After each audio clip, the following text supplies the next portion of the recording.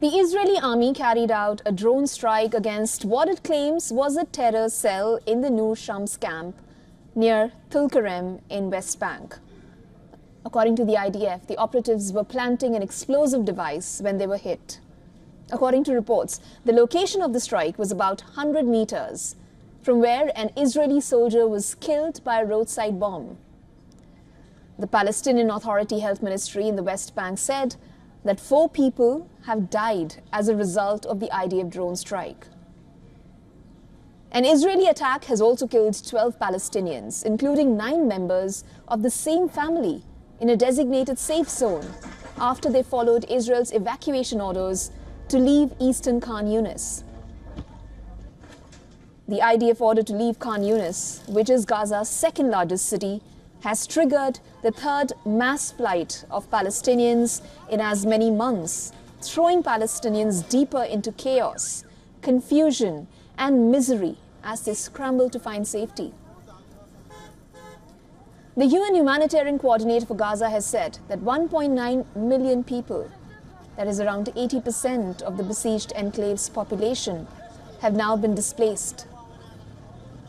Issuing similar concerns, the United Nations has estimated that some 250,000 people will have to flee large areas of southern Gaza to comply with the new orders, further emphasizing on how the pattern of repeated civilian displacement is likely to continue, even as the Israeli military speaks of a lower intensity war. By UNRWA indicates that nearly 250,000 people may have resided in the areas that are subject to the evacuation at the time the order was given. New evacuation order affects over 90 school buildings, many of which host displaced families, 4 medical points, and the European Gaza hospital area. Meanwhile, a day after Israeli Prime Minister Benjamin Netanyahu said that Israel is nearing the elimination of what he described as Hamas' terrorist army, he has now insisted that the war on Hamas would be a long campaign, rejecting reports that the IDF could slow down the operations in Gaza before achieving all of its aims. Netanyahu said that his country would not give in to the winds of defeatism, and the Israeli army chief said that the destruction of the Hamas infrastructure would take some more time. On the diplomatic front, French President Emmanuel Macron has urged Israeli Prime Minister Benjamin Netanyahu to prevent conflagration between Israel and Hezbollah militants in Lebanon. During a telephonic conversation, Macron insisted on the urgency for all parties to move rapidly towards a diplomatic solution and urged Netanyahu to refrain from any new operation in Gaza near Khan Yunis. Meanwhile, the deputy leader of Hezbollah said that the only path to cessation of hostilities on the Lebanon-Israel border is a full ceasefire in Gaza.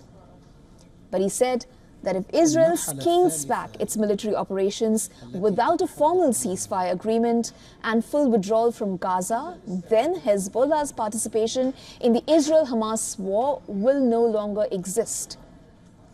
However, the Hezbollah leader outlined that the implications of the Israel-Lebanon war are less clear.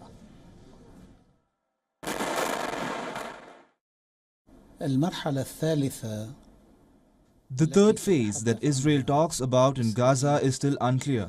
It could be a prelude to a ceasefire and an agreement with Palestinians. It could be a continuation of the war in another form, or it could be a transitional phase. We in Lebanon, as Hezbollah, cannot decide how to deal with this new phase because it is unclear in its features. However, we have previously announced that if the next phase is a ceasefire, we will stop firing in Lebanon.